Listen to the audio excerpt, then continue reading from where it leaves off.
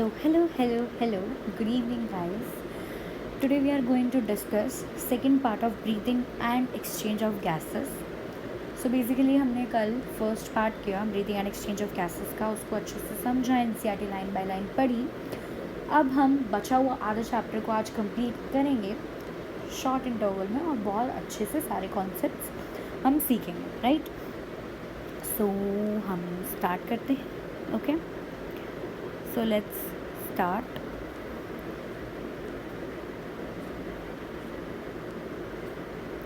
Okay, तो आज हमें बेसिकली वॉल्यूम्स से करना है. That is a very important part of this chapter because यहाँ से जनरली मैच द फॉलोइंग की टर्म्स में क्वेश्चन आ जाता है और काफ़ी ज़्यादा इंपॉर्टेंस भी रखता है. ओके, और बच्चों को दिक्कत भी आती है वॉल्यूम्स और कैपेसिटीज़ को लर्न करने में, तो ईजी तरीके से हम सीख के जाते हैं कि हमें कैसे अच्छे से रिमेंबर करना है. सो सबसे पहले हम रेस्पिरेटरी वॉल्यूम्स और कैपेसिटीज़ की बात करते हैं. Tidal volume. सबसे पहले टाइडल वॉल्यूम ये एक ऐसी वॉल्यूम है, या तो आप इंस्पायर करो या आप एक्सपायर करो. आपने इंस्पायर करते हो जो नॉर्मल वॉल्यूम अंदर ली, या आपने एक्सपायर करते हो जो नॉर्मल वॉल्यूम बाहर छोड़ी, that is your tidal volume. Simple. Volume of air inspired, यहाँ पे और का बहुत ज़्यादा ध्यान रखना है कि यहाँ पे हमें और दिया हुआ है कि और बहुत ज़्यादा इंपॉर्टेंट है, एंड नहीं लिख सकते आप, ठीक है. तो या जो आपने सांस ली, या तो जो आपने सांस ली, या तो जो आपने सांस छोड़ी, देयर इज़ और ड्यूरिंग अ नॉर्मल रेस्पिरेशन. तो नॉर्मल रेस्पिरेशन के ड्यूरिंग या तो आप सांस लेते वक्त जो आपने ली, या आपने सांस छोड़ते वक्त ली. It is approx 500 ml. Healthy man जो है इंस्पायर या फिर एक्सपायर करता है अप्रॉक्सीमेटली 6 से 8 लीटर ऑफ एयर पर मिनट. इसमें ml में लिखा है, हम लीटर में भी याद रख सकते हैं कि 6 to 8 लीटर जो है वो 1 मिनट में क्या करता है, इंस्पायर एक्सपायर करता है. इंस्पायरेटरी रिजर्व वॉल्यूम IRV ये एक्स्ट्रा वॉल्यूम है, ठीक है, जो हम ब्रीथ कर रहे हैं, बेसिकली रिस्पायर कर रहे हैं. A person can inspire by a forceful inspiration. जो जब हम फोर्सेबल इंस्पिरेशन कर रहे हैं तो कितनी अमाउंट में हम ले रहे हैं एयर अंदर, 2500 to 300 ml. Expiratory reserve volume यानी दैट इज़ फोर्सेबल एक्सपिरेशन के ड्यूरिंग कितना हम एक्सपायर कर रहे हैं. तो a person can expire by forcible expiration, this averages 1000 to 1100 ml. अब सबसे ज़्यादा ना रेजिडुअल वॉल्यूम में और ERV में कन्फ्यूजन होती है, कौन सी ज़्यादा है कौन सी कम. तो ये जो रेजिडुअल वॉल्यूम है वो हमारी लंग के अंदर होती है. तो हम इस तरीके से याद रख सकते हैं कि लंग के अंदर जो वॉल्यूम होती है वो कंपैरेटिवली ज़्यादा होती है. तो ये 1100 to 1200 ml होती है, और ये हमारे पास जो है this is your 1000 to 1100. Actually एक क्वेश्चन आता है और ये बहुत कन्फ्यूज़न क्रिएट करता है. तो जो अंदर हमारे पास जो रेजिडुअल है, जो बची हुई वॉल्यूम है, वो हमेशा कंपैरिजन में ज़्यादा होती है. इस तरीके से हम याद रख सकते हैं, ठीक है. उसके बाद आते हैं residual volume. Okay, so residual volume of air remaining in the lungs even after a forcible expiration. तो हमने सांस ली, ठीक है, उसके बाद हम सांस छोड़ रहे हैं. अब हम दो तरीके से सांस छोड़ सकते हैं. या तो हम नॉर्मल सांस छोड़ सकते हैं जिसमें हम टीवी रिलीज़ करेंगे, या हम फोर्सेबल सांस छोड़ सकते हैं यानी कि जिसमें हम अपनी ERV भी इंक्लूड कर रहे हैं, राइट. ओके, सो अगर हमने नॉर्मल सांस छोड़ी तो हमारा अंदर जो है ERV प्रेजेंट होगी, ठीक है. लेकिन अगर हमने फोर्सेबल सांस छोड़ी, अगर हमने ज़ोर से सांस छोड़ी, अगर हमने फोर्सेबल एक्सपिरेशन करी है, तो हमारी ERV बाहर निकल जाएगी, है ना. हम ज़ोर से सांस लेंगे तो ERV बाहर निकल गई, तो बचा क्या, अंदर बचा सिर्फ रेजिडुअल वॉल्यूम. तो इस तरीके, ये मतलब याद करने का बेसिक तरीका हम याद कर सकते हैं इस तरीके से कि जब हम सांस छोड़ रहे हैं, अगर हम नॉर्मल सांस छोड़ रहे हैं तो अंदर रेजिडुअल वॉल्यूम भी है प्लस एक्सपायरेटरी रिजर्व वॉल्यूम भी है. लेकिन अगर हम फोर्सेबल एक्सपिरेशन कर रहे हैं तो हमने ERV को बाहर निकाल दिया, इसका मतलब अंदर सिर्फ रेजिडुअल वॉल्यूम बची, ठीक है. So volume of air remaining in the lungs even after a forcible expiration. अब हमने फोर्स से निकाल दिया यानी हमारे पास सिर्फ रेजिडुअल वॉल्यूम बची हुई है, ठीक है.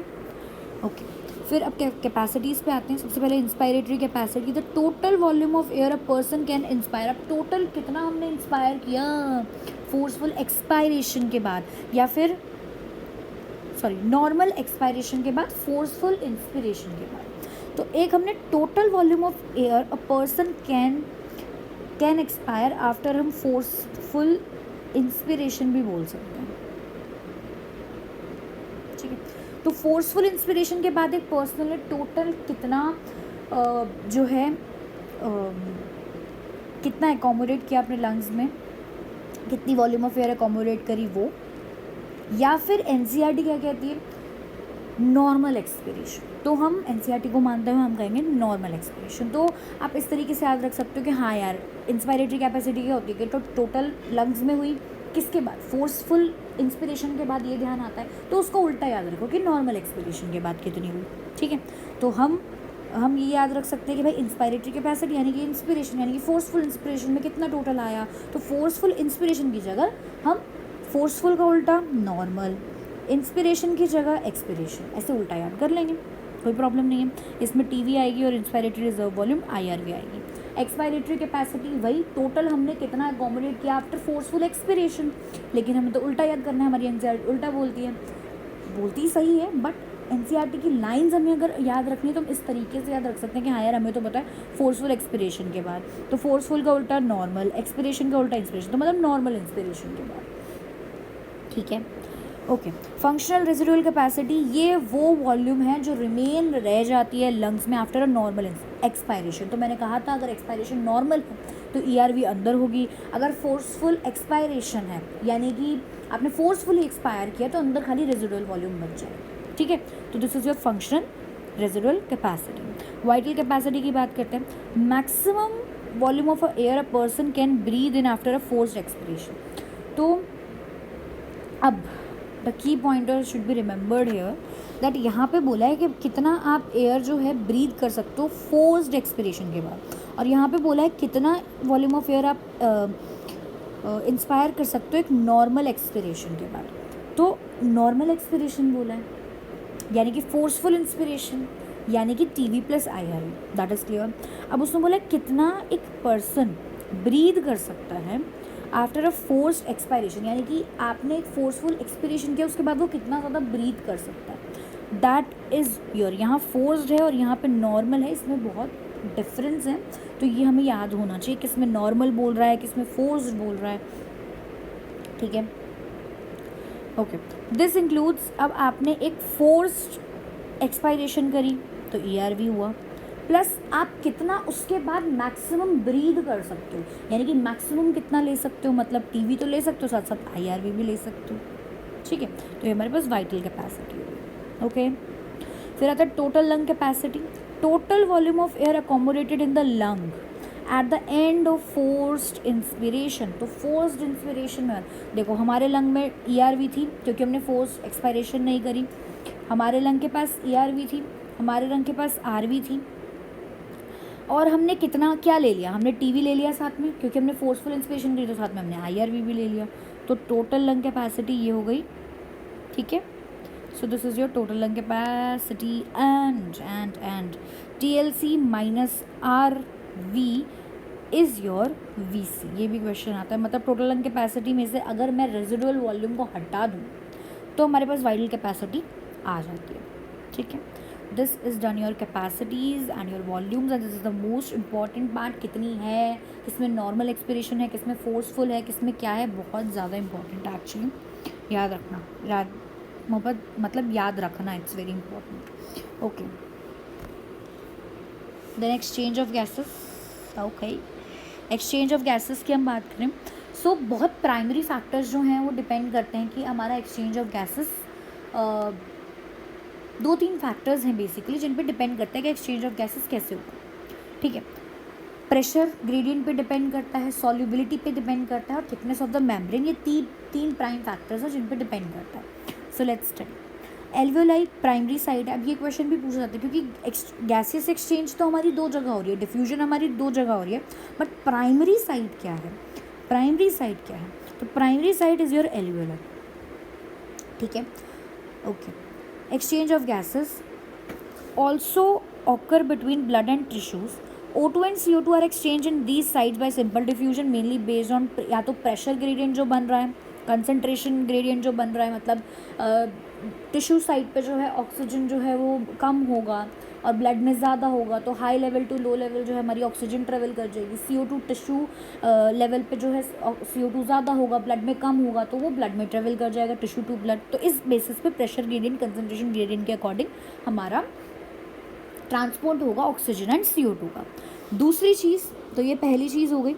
दूसरी चीज़ solubility of gases, solubility of gases as well as तीसरी चीज़ that is your thickness of the membrane. तो मेम्ब्रेन की थिकनेस कितनी है, अगर थिकनेस कम होगी तो जल्दी डिफ्यूजन होना आसान होगा ना, तो थिकनेस पे भी डिपेंड करता है। प्लस सॉल्युबिलिटी किस गैस की ज़्यादा है, तो CO2 की सॉल्युबिलिटी जो है वो कंपैरेटिवली ऑक्सीजन से थोड़ी सी ज़्यादा होती है, सो दैट आप कम प्रेशर डिफरेंस पे CO2 को डिफ्यूज़ करा सकते हो एज़ कम्पेयर टू O2। मतलब O2 को अगर आपको डिफ्यूजन कराना है, टिश्यू से सेल में भेजना है या ब्लड से टिश्यू में भेजना है, तो आपको प्रेशर ग्रेडियंट ज़्यादा मेंटेन करना पड़ेगा। But in case of CO2 उसकी सॉल्युबिलिटी इतनी ज़्यादा है कि जब आप उसको कम प्रेशर पे एक्सचेंज कराओगे, यानी कि अगर टिश्यू लेवल पे फॉर एग्जांपल 45 होती है और ब्लड में उसका 40 लेवल है, तो प्रेशर डिफरेंस कितना, बहुत कम है, ओनली 5 का ही डिफरेंस है, स्टिल वो क्या होती है, डिफ्यूज़ हो जाती है।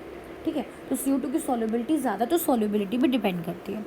Okay, so these all the factors first, second, third तीनों ही इंपॉर्टेंट रोल प्ले करते हैं।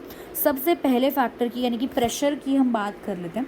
Pressure contributed by individual gas in a mixture of gases is called partial pressure. तो ये हम केमिस्ट्री में भी पढ़ते हैं कि पार्शियल प्रेशर क्या होता है, कि भाई इतने मिक्सचर ऑफ गैसेस में उस पर्टिकुलर गैस का प्रेशर कितना है, that is your partial pressure. इसको हम PO2 से रिप्रेजेंट करते हैं for oxygen and PCO2 for carbon dioxide.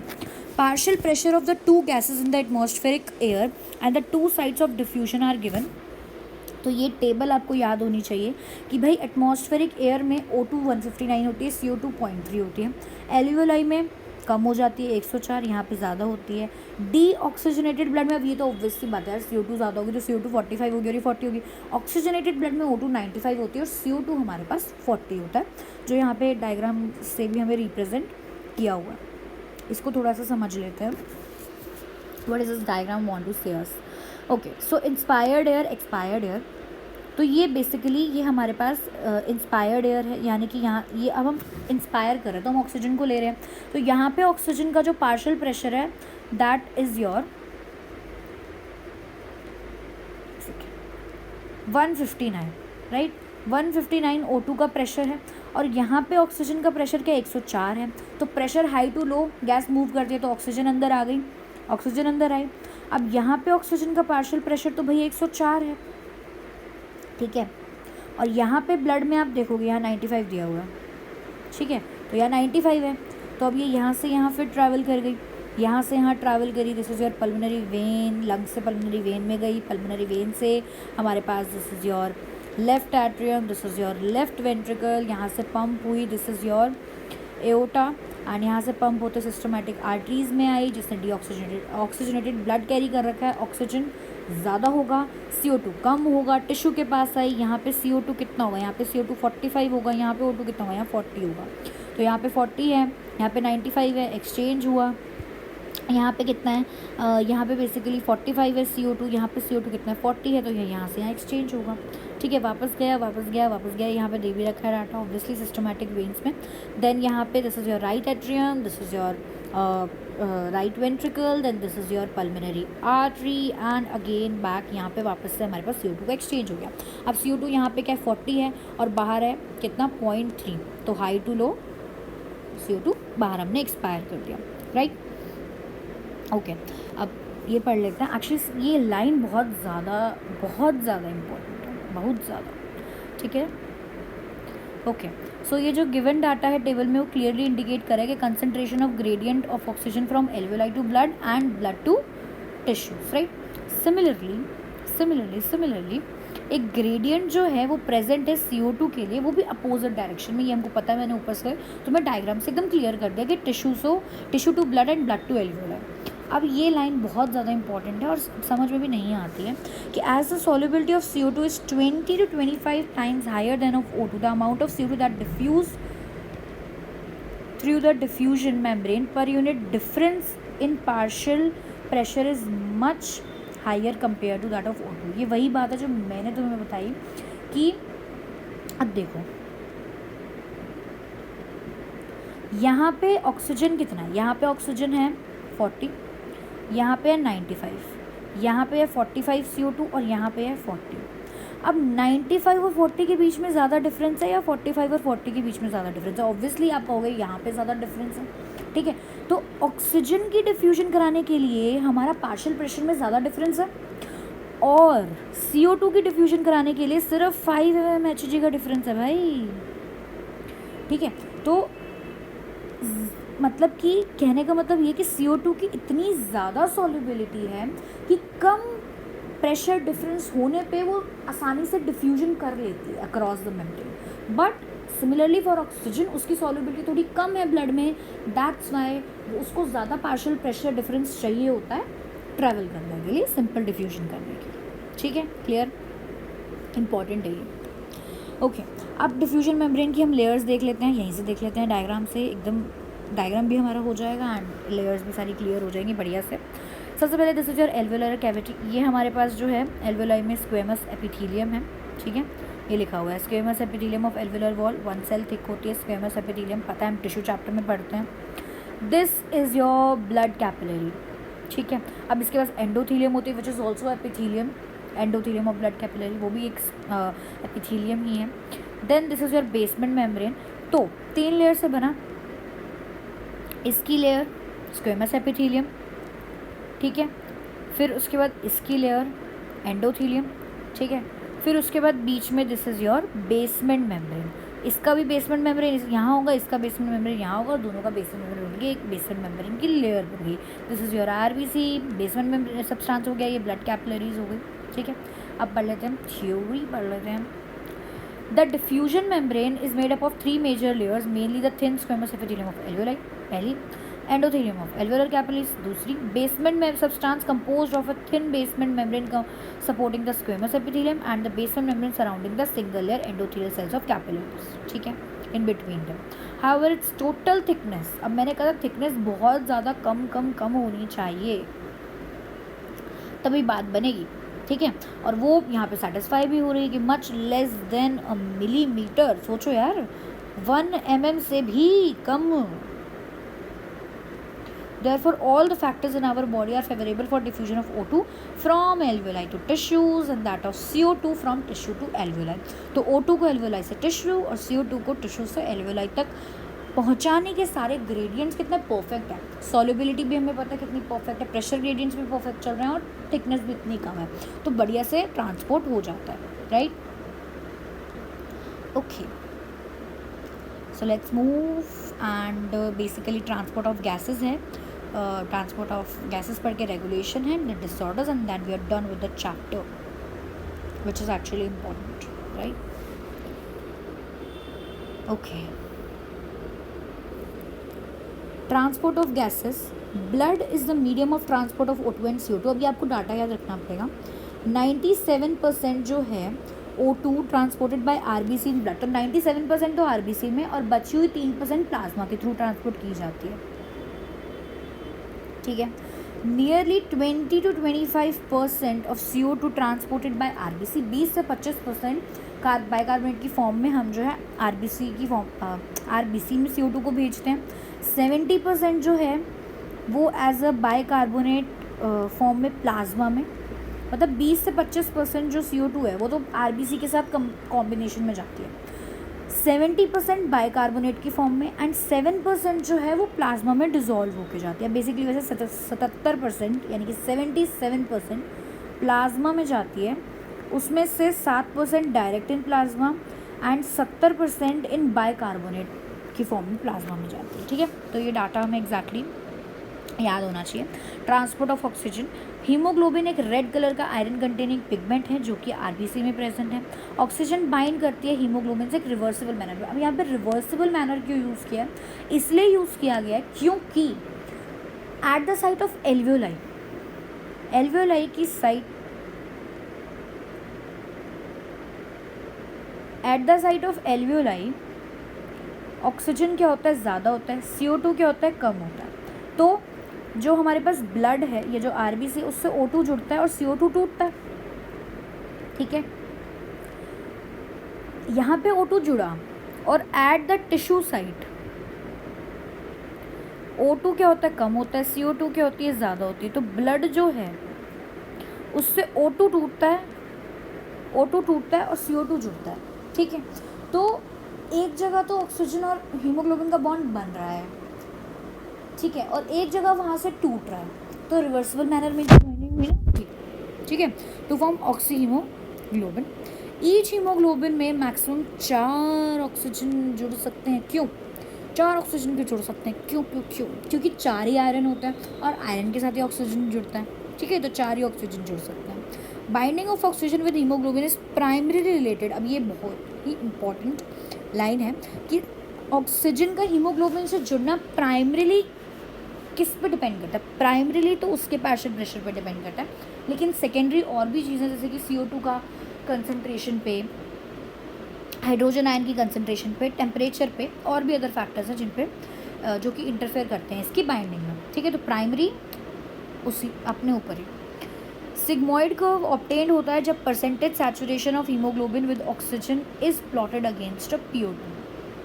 तो ये सिग्मॉइड कर्व है। आपसे पूछ लेते हैं कि कर्व का क्या नाम है, कैसा दिखता है, एंड यहाँ पे पार्शियल प्रेशर ऑफ O2 आता है, यहाँ पे परसेंटेज सैचुरेशन आता है हीमोग्लोबिन का, ठीक है। अगर फॉर एग्जांपल CO2 की कंसंट्रेशन जो है बढ़ जाती है, H पॉजिटिव की कंसंट्रेशन, इसके चमचे हैं H पॉजिटिव, टेम्परेचर बिल्कुल इसके चमचे हैं, तो वो भी ज़्यादा हो जाते हैं, तो हमारे पास राइट शिफ्ट आती है। लेफ़्ट शिफ्ट कब आएगी? जब हमारे पास CO2 कम हो जाएगा, H पॉजिटिव कम हो जाएगा, टेम्परेचर कम हो जाएगा और ऑक्सीजन बढ़ जाएगा। तो पता होना चाहिए right shift left shift, that is it. ज़्यादा जानने की ज़रूरत है ही नहीं हमें। Okay, the curve is called oxygen dissociation curve, is highly useful in studying the effect of factors like PCO2, H positive etcetera on binding of O2 with haemoglobin.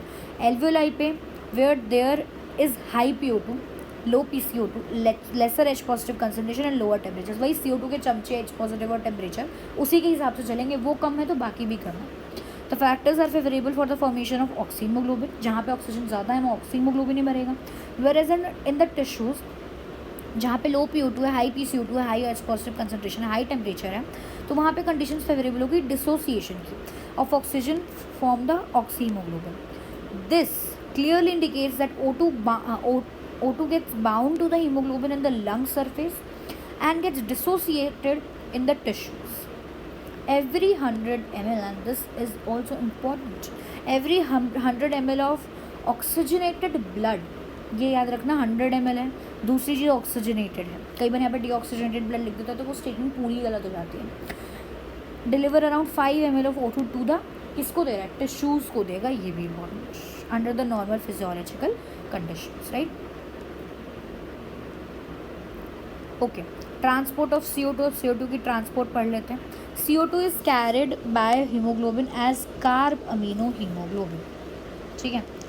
About 20 to 25% haemoglobin जो है carb amino haemoglobin की तरह RBC के साथ bind होके carb amino haemoglobin बनाता है। Carboxy मत कर देना, कार्बोक्सी जब कार्बन मोनोऑक्साइड जुड़ती है तब कार्बोक्सी होता है, जब हमारे पास CO2 जुड़ेगा तो कार्ब अमीनो हीमोग्लोबिन ही होगा, remember. This binding is related to partial pressure of CO2। PO2 is the major factor. अब यहाँ पे NCERT लिखती है कि भाई मेजर फैक्टर तो यहाँ भी PO2 है, ऑक्सीजन की बाइंडिंग में भी ऑक्सीजन प्राइमरी फैक्टर था, CO2 की बाइंडिंग में भी ऑक्सीजन का पार्शियल प्रेशर मेन फैक्टर है। When PCO2 is high and PO2 is low, as in tissues, more binding of carbon dioxide occurs, whereas PCO2 is low and PO2 is high, as well as in alveoli. Dissociation of CO2 form carb amino hemoglobin takes place. CO2 which is bound to hemoglobin from the tissues is delivered to the alveoli. जो CO2 हमारा bound हुआ है haemoglobin से tissues में, वो alveoli पे deliver कर दिया जाएगा और वो प्रेशर डिफरेंस की वजह से बाहर एक्सपायर हो जाएगा। RBC contain a very high concentration of the enzyme carbonic anhydrase and a minute quantities of same is present in plasma. तो ये भी NCERT की लाइन बहुत इंपॉर्टेंट है। Sometimes the examiner wants to ask you this question that the carbonic anhydrase was present in plasma only or present in RBC only, या वो खाली RBC में है या खाली प्लाज्मा में है या दोनों में? तो दोनों में है, माइन्यूट क्वांटिटीज प्लाज्मा में भी प्रेजेंट होती है। This should be in your mind. This enzyme facilitates the following reaction in both directions. CO2 और वाटर बाइंड हुआ, कार्बोनिक एनहाइड्राइड की प्रेजेंस में H2C और 3 बना, ये टूट गया ऐसे, ठीक है। At the tissue site where partial pressure of CO2 is high due to catabolism, CO2 diffuses into blood, RBC and plasma and forms H2CO3 and H+. At the alveolar site where PCO2 is low, the reaction proceeds in the opposite direction.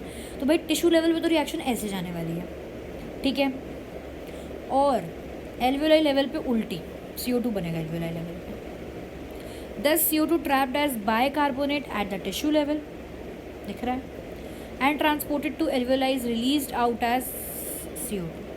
Every 100 ml of oxygenated, क्या deoxygenated ना भाई deoxygenated, क्योंकि अब CO2 की बात हुई, CO2 की बात हो रही है तो डीऑक्सीजनेटेड 100 ml और 4 ml CO2 देता है एल्वियोलाई, किसको देगा एल्वियोलाई को। Now last second part that is your regulation of respiration, जो कि भी इम्पॉर्टेंट है ही। Human beings have a significant ability to maintain and moderate the respiratory rhythm to suit the demand of the body tissues. For example, मेरे सामने कोई lion आ गया, मान लो एकदम से मेरे सामने शेर रख दिया भाई तुमने, तो मैं तो डर जाऊँगी ना, मैं रश करूँगी तो मेरी सांसें तेज़ तेज़ हो जाएंगी। तो हमारे अंदर एबिलिटी है कि हम अपनी इंस्पिरेशन और एक्सपिरेशन की ड्यूरेशन को अल्टर कर सकते हैं, that is what it is saying, ठीक है। This is done by a neural system. अभी हमारा माइंड कराता है, हमारे माइंड ने पकड़ लिया, अरे भाई हमारे सामने शेर आ गया, एकदम से हमारी सांसें तेज़ हो जाएंगी, हार्ट बीट तेज़ हो जाएगी, चेंजेस आने लग जाएंगे बॉडी में। तो ये न्यूरल सिस्टम करा रहा है सब कुछ, क्योंकि जो भी सेंटर है वो बैठा तो ब्रेन में ही है, हमारे रेस्पिरेटरी रिदम सेंटर भी हमारा ब्रेन में ही बैठा है। A specialized center present in the medulla region of the brain called respiratory rhythm center is primarily responsible for this regulation. तो हमारा ब्रेन में बैठा है, मेड्यूला रीजन में बैठा है, ठीक है। Another center present in the pons region of the brain called pneumotaxic center can moderate the functions of the respiratory. देखो भाई रेस्पिरेटरी रिदम सेंटर यानी कि RRC जो है वो तो मेड्यूला में है, ठीक है। अब उसको अल्टर करने का काम या उसको कुछ बताने का काम कि भाई आपकी बॉडी में CO2 ज़्यादा हो गई है या कुछ भी चेंजेस हुए हैं, तो वो बताता है। जो बताने वाले कुछ चीज़ें जैसे कि कीमोसेंसिटिव एरियाज़ हैं या न्यूमोटैक्सिक सेंटर है, ये अलग अलग जगह प्रेजेंट है, जो कि बस एक बता देते हैं कि हाँ ऐसा हो रहा है, तुम चेंज कर लो। तो वो बताते हैं RRC को कि तुम अपना इंस्पिरेशन और एक्सपिरेशन की जो है ड्यूरेशन चेंज कर लो, ऐसी ऐसी चेंजेस बॉडी में आ रहे हैं, ठीक है। तो वही कह रहा है कि अनदर सेंटर जो कि पॉन्स रीजन में प्रेजेंट है, न्यूमोटैक्सिक सेंटर, जो कि मॉडरेट करता है फंक्शंस ऑफ द RRC, मतलब उसको बताता है कि ऐसा हुआ तो RRC क्या करेगा, इंस्पिरेशन या एक्सपिरेशन की ड्यूरेशन को कम करेगा या ज़्यादा करेगा। तो मॉडरेट यानी कि उनमें चेंजेस लाने के लिए हेल्प कर रहा है। Neural signal from this centre can reduce the duration of inspiration and thereby alter the respiratory rate.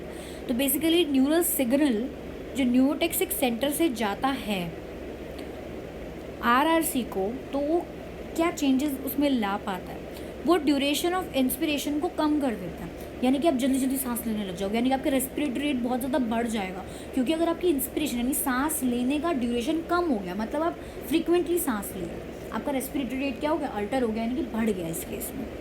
A chemosensitive area is situated adjacent to the rhythm centre. तो बेसिकली कीमोसेंसिटिव एरिया भी medulla में ही present है, जो कि just adjacent है rhythm centre के। ये हाईली सेंसिटिव होते हैं CO2 के लिए और हाइड्रोजन आयंस के लिए। जैसे ही इन सब्सटेंसेस का इंक्रीज होता है, ये सेंटर एक्टिवेट हो जाता है और ये जो है सिग्नल दे देता है रिदम सेंटर को to make necessary adjustments in the respiratory process by which these substances can be eliminated. Receptors जो कि एसोसिएटेड हैं आयोटिक आर्क और कैरोटिड आर्टरी से also recognize changes in CO2 and H positive concentration. Basically carotid artery और aortic arch जो है उससे भी कुछ रिसेप्टर्स जो हैं एसोसिएटेड होते हैं इनके साथ, और जो चेंजेस आते हैं CO2 और H पॉजिटिव की कंसनट्रेशंस में, वो सिग्नल्स प्रोवाइड करते हैं रेस्पिरेटरी रिदम सेंटर को, और चेंजेस नेसेसरी जो है रेस्पिरेटरी रिदम सेंटर जो है तभी कर लेता है। अब जो एक बहुत ही द इम्पॉर्टेंट लाइन एक्चुअली इस बार भी नीट 2025 में there is a indirect question पूछा गया था, I think, that is the role of oxygen in the regulation of respiratory rhythm is quite insignificant. तो बेसिक बहुत बार आ भी चुका है एक क्वेश्चन कि ऑक्सीजन का कुछ भी रोल नहीं है रेस्पिरेटरी रिदम सेंटर को मेंटेन करने में, या जो भी वो फंक्शंस चेंज कर रहा है वो ऑक्सीजन के सिग्नल से चेंज नहीं कर रहा, वो CO2 से कर रहा है। CO2 बॉडी में ज़्यादा होती है तब वो अपनी रेगुलेशन चेंज करता है कि हाँ यार सांस अभी अब मुझे इंस्पिरेशन की ड्यूरेशन जो है घटानी पड़ेगी, तो हम तेज़ तेज़ सांस लेंगे तो CO2 जल्दी एलिमिनेट होगी हमारी बॉडी से। बेसिकली ये हमारे पास आइडियोलॉजी होती है। कभी भी रेस्पिरेटरी रिदम सेंटर ऑक्सीजन को देख के अपनी चीज़ें नहीं बदलता, वो CO2 को देख के उस हिसाब से अपने अंदर एडजस्टमेंट करता है। अगर O2 कम हो गया तो हमें नहीं पता क्या होगा, लेकिन हाँ हमें ये पता है अगर हमें CO2 ज़्यादा हो गया बॉडी में तो ज़रूर इसको एलिमिनेट करना ज़रूरी है। ऑक्सीजन की कंसंट्रेशन पे वो नहीं चलता है बेसिकली, ठीक है। उसके बाद disorders which is the last part. Disorders of respiratory system. Asthma एक डिफिकल्टी है ब्रीदिंग कॉजिंग वीजिंग साउंड। सबसे पहला characteristics due to inflammation of bronchi and bronchioles. तो बेसिकली ब्रोंकाई है, ब्रोंक्यूल्स हैं, इनमें इन्फ्लेमेशन हुई जिससे कि जब आप सांस लोगे तो there is a wheezing sound, ठीक है। तो ये पहली। दूसरी एम्फाइसीमा, ये स्मोकिंग करने से होती है, एज अ क्रॉनिक डिसऑर्डर है, यानी कि काफ़ी खतरनाक है भाई। In which alveolar walls are damage due to which respiratory surface is decrease. तो एल्वेलर वॉल्स जो हैं, मान लो ये एक मेरी 2 3 4 5 ऐसे एल्वेलाई वैसे दिखती होंगी, मतलब ऐसी मेरे पास मान लो स्टैक में एल्वेलाई है, ठीक है। अब बीच में से मैं क्या कर दूँ कि इसकी वॉल ही हट गई भाई, ये वाली, इसमें तो मेरा सारा ही हट गया, मतलब ये वाली आप समझ लो, ये वाली वॉल जो है इनकी ख़त्म हो गई, तो हमारा रेस्पिरेटरी सरफेस क्या हो गया, कम हो गया। तो अगर रेस्पिरेटरी सरफेस हमारे पास कम हो जाएगा तो हमें एम्फाइसीमा हो जाएगा, हम अच्छे से सांस नहीं ले पाएंगे। क्योंकि अगर आपका रेस्पिरेटरी सरफेस कम हो गया तो डिफ्यूजन कम हो जाएगी, डिफ्यूजन कम होगी तो बॉडी में ऑक्सीजन नहीं पहुंच पाएगा अच्छे से, हमें बहुत सारी कंडीशंस आगे बन जाती हैं। तो स्मोकिंग बेसिकली क्या करती है, हमारी एल्वेलर वॉल्स को डैमेज करती है, सरफेस को रिड्यूस करती है, जिसकी वजह से हम प्रॉपरली जो है डिफ्यूजन नहीं हो पाएगा गैसेस का, और हम ultimately which leads to many other problems, right. तो this is your emphysema. Then last, occupational respiratory disorder. In certain industries specially those involving grinding या फिर स्टोन ब्रेकिंग में डस्ट प्रोड्यूस होती है that the defense mechanism of body cannot fully cope with the situation. Long exposure जो होता है वो में इन्फ्लेमेशन देता है, जिसकी वजह से fibrosis that is proliferation of fibrous tissue and thus causing serious lung damage. Workers in such industries should wear protective masks, ठीक है। So this is your last disorder and ये हमारी समरी है। समरी के जितने भी की पॉइंटर्स हैं, इंपॉर्टेंट पॉइंट्स हैं, वो सारे मैं मार्क करके I will upload it and that's it, we are done with the chapter and hope you guys like it my explanation. And अगर आपको पसंद आई एंड यू वांट दैट मैं बाकी चैप्टर्स की भी इसी सीक्वेंस में इसी तरीके से NCERT की लाइन पढ़ूँ, आपको एक्सप्लेन करूँ, तो प्लीज़ कमेंट करो, लाइक करो, सब्सक्राइब करो, शेयर करो एंड भाई जस्ट इसी तरीके से प्रिपरेशन करते रहो, एवरीथिंग विल अच्छा ही होगा मतलब सब।